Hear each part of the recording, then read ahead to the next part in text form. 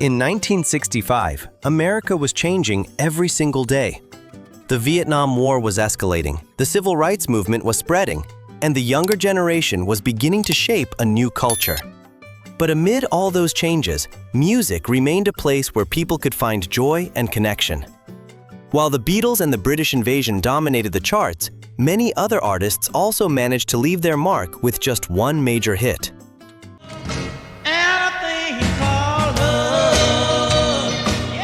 Today, we will count down the 15 most memorable one-hit wonders of 1965.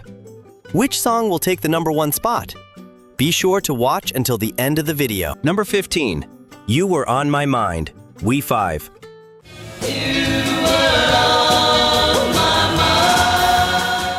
Opening the list is You Were On My Mind by We 5. Originally, the song was written in 1961 by Canadian singer-songwriter Sylvia Fricker, but it was not until We 5 recorded their version that the song became a phenomenon. With Beverly Bivens' crystal-clear vocals and a gentle folk-pop style, the song quickly climbed to number 3 on the Billboard Hot 100 and topped the easy listening chart for 5 weeks.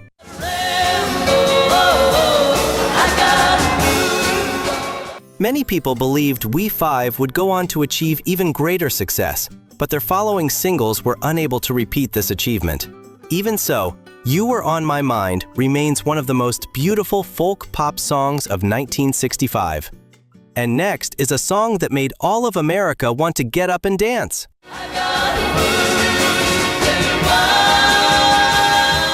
Number 14, Keep On Dancing, The Gentrys.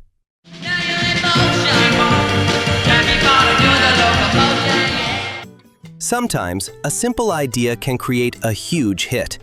That is exactly the story behind Keep On Dancing. To make the song long enough for release, the producer repeated almost the entire recording, accidentally creating the catchy rhythm that became its signature. Released in 1965, the song quickly climbed to number 4 on the Billboard Hot 100 and became a favorite choice at dance parties among American teenagers. Keep on dancing, keep on doing it. Although the Gentrys continued performing, they never had another major hit like this one.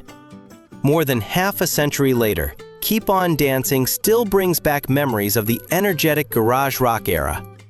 But the next song became even more successful and turned into one of the defining songs of 1965.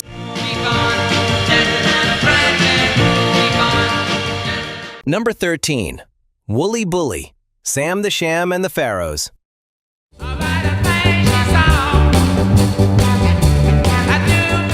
When talking about the most fun and energetic songs of 1965, Wooly Bully is definitely a name that cannot be left out. Combining rock and roll with a Tex-Mex influence, the song quickly became a nationwide sensation across America. Although it only reached number 2 on the Billboard Hot 100, by remaining on the chart for many months, Wooly Bully was named by Billboard as the most successful song of 1965.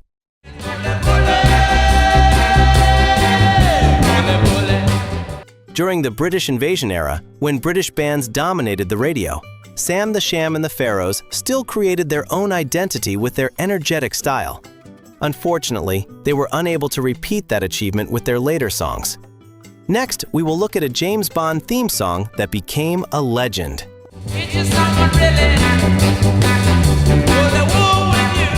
Number 12, Goldfinger, Shirley Bassey. The man with a Midas touch.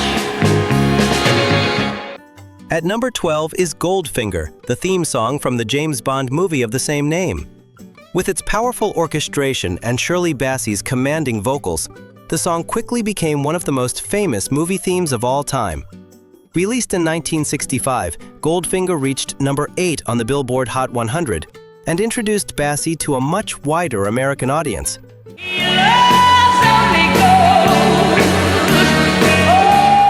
Interestingly, she was initially hesitant to record the song, but after hearing John Barry's musical arrangement, she changed her mind.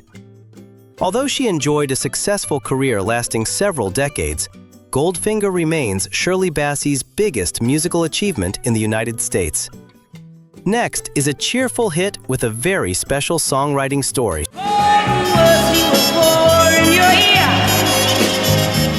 Number 11, The Birds and the Bees, Jewel Akins. Let me tell you about the stars in the sky. At number 11 is The Birds and the Bees, the song that made Jewel Akins a familiar name on the radio in 1965. What many people do not know is that the song was written by Barry Stewart, the 12-year-old son of the owner of Era Records. With its playful melody and memorable lyrics, the song quickly climbed to number 3 on the Billboard Hot 100 and also found success in several other countries.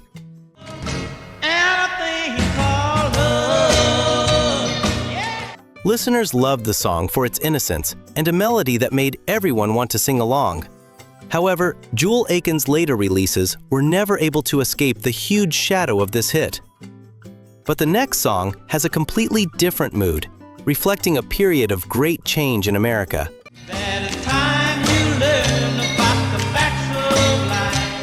Number 10, Eve of Destruction, Barry Maguire. Tell me over and over and over. Closing this section is Eve of Destruction, one of the most controversial songs of 1965. Performed by Barry Maguire, the song addressed the Vietnam War, the Civil Rights Movement, and fears of nuclear conflict. Its powerful message caused many radio stations to refuse playing it, but that only made the song attract even more attention. Take a look around you, boy. It's bound to scare you, boy, and you. Eve of Destruction quickly rose to number 1 on the Billboard Hot 100, becoming the voice of a generation living through major social changes. Although Barry Maguire continued singing for many years afterward, he never achieved another hit with the same level of impact. In the next section, we enter the top 9 with a garage rock song featuring a falsetto scream that became one of the unforgettable sounds of 1965.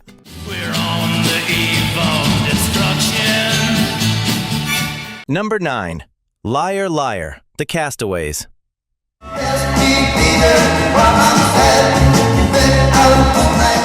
At number 9 is Liar Liar, a standout garage rock song known for its falsetto vocals and distinctive scream.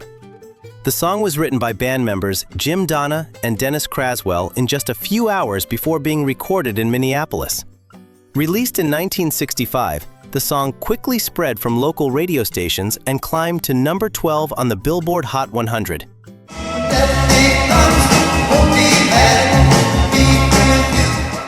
Its powerful sound and lyrics about betrayal captured the attention of young listeners at the time. Although the Castaways continued performing and releasing more songs, none could surpass the success of Liar Liar. Today, it remains one of the signature songs of 1960s garage rock. Next is a hidden gem from the world of soul music.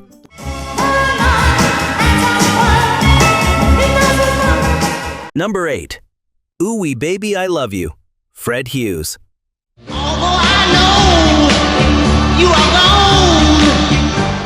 At number 8 is Ooh Wee Baby I Love You by Fred Hughes, one of California's most emotional soul singers. After years of performing with local groups, Hughes finally found his moment to shine with this song. Released in 1965, the track quickly reached the top 5 of Billboard's R&B chart thanks to its smooth melody and deeply expressive vocals.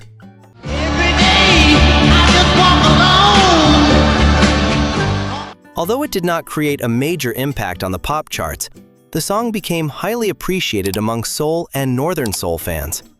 Fred Hughes was never able to return to this level of success with his later releases, but Ooh Wee Baby I Love You remains the most memorable recording of his career. Next is a hit famous for its legendary Na Na Na chorus. But baby, Number 7, Land of a Thousand Dances, Cannibal and the Headhunters. you gotta know how to go there. At number 7 is Land of a Thousand Dances by Cannibal and the Headhunters. The most interesting thing about this song is that the famous na na na na na part appeared completely by accident. During a performance, singer Frankie Cannibal Garcia forgot the lyrics and improvised this vocal phrase, and the audience immediately loved it. I Released in 1965, the group's version reached the top 30 on the Billboard Hot 100 and even gave them the opportunity to open for the Beatles during their American tour. Although they were unable to create another major hit afterward, Land of a Thousand Dances is still remembered as one of the most exciting and fun songs of 1965. But the next song created an entire dance craze across America.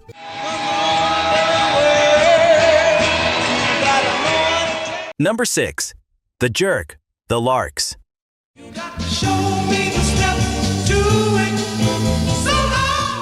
Continuing the countdown is The Jerk, a song connected to one of America's most popular dance crazes of the mid-1960s. Songwriter Don Julian got the idea after watching his young relatives perform spontaneous shoulder movements, then quickly wrote the song and gave it to the Larks to record.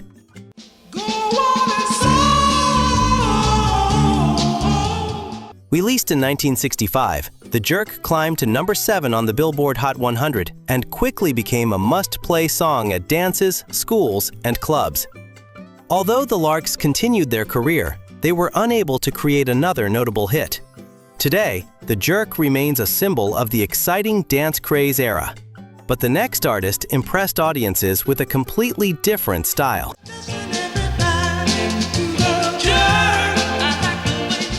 Number 5.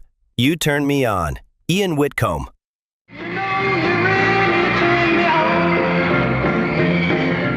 At number 5 is You Turn Me On, the only major American hit by British singer Ian Whitcomb. While many British invasion artists followed a harder rock sound, Whitcomb chose a style that combined classic music hall influences with humorous and distinctive falsetto vocals. This unique approach helped the song stand out on radio in 1965, reaching number 8 on the Billboard Hot 100.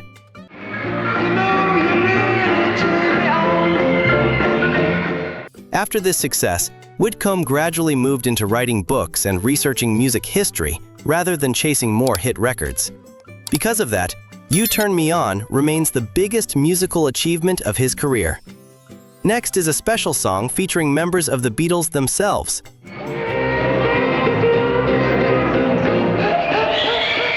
Number 4. You've Got to Hide Your Love Away, The Silky.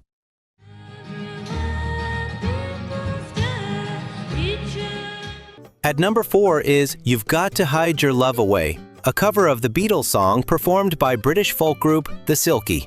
What makes this recording special is that it was produced directly by John Lennon, while Paul McCartney played guitar and George Harrison contributed tambourine.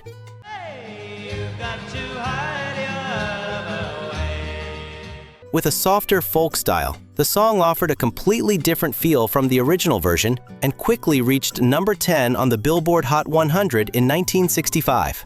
Many people expected The Silky to become a major name in folk pop, but their later releases failed to create the same impact. Even so, this hit remains the most memorable moment of their career. And now, we move into the top 3 of the list.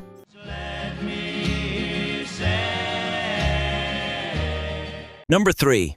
Baby the Rain Must Fall, Glenn Yarbrough. Some men swim the sea. Some men... Starting the top 3 is Baby the Rain Must Fall, the ballad that brought Glenn Yarbrough to the peak of his solo career. Before that, he was the lead vocalist of the folk group The Limelighters, before deciding to pursue a solo path. In 1965, Yarbrough was chosen to perform the title song for the movie Baby the Rain Must Fall, starring Steve McQueen. The wind must blow wherever my... Thanks to its gentle melody and warm vocals, the song quickly climbed to number 12 on the Billboard Hot 100 and number 2 on the Adult Contemporary chart. Although he continued releasing albums afterward, Glenn Yarbrough was unable to repeat this success. More than half a century later, this remains the song he is best remembered for. But the runner-up is even more unique because it is a completely instrumental piece. Baby, I must go. Number 2. A Walk in the Black Forest, Horst Jankowski.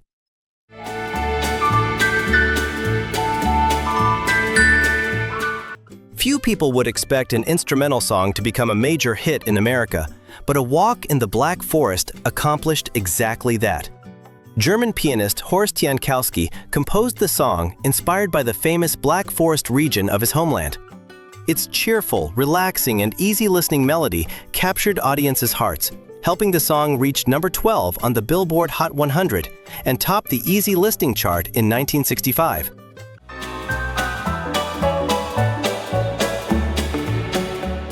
During a time when rock and pop dominated radio, the success of an instrumental track was extremely rare. Although Jankowski enjoyed a successful career in Europe, he never created another major hit in the United States. And now, we have arrived at the number 1 spot.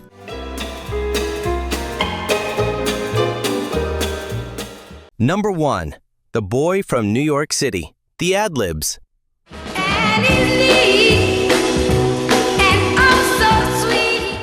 Taking the top spot is The Boy from New York City by the Ad-libs.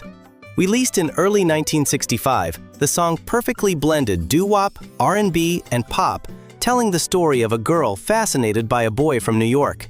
With its cheerful melody, catchy harmonies, and energetic arrangement, the song quickly climbed to number 8 on the Billboard Hot 100 and became the biggest hit of the group's career.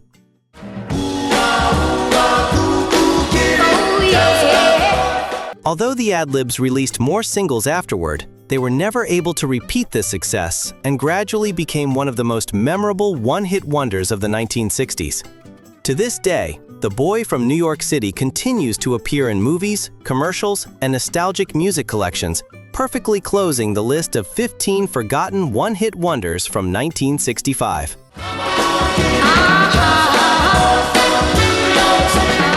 So, we have just looked back at the 15 memorable one-hit wonders of 1965.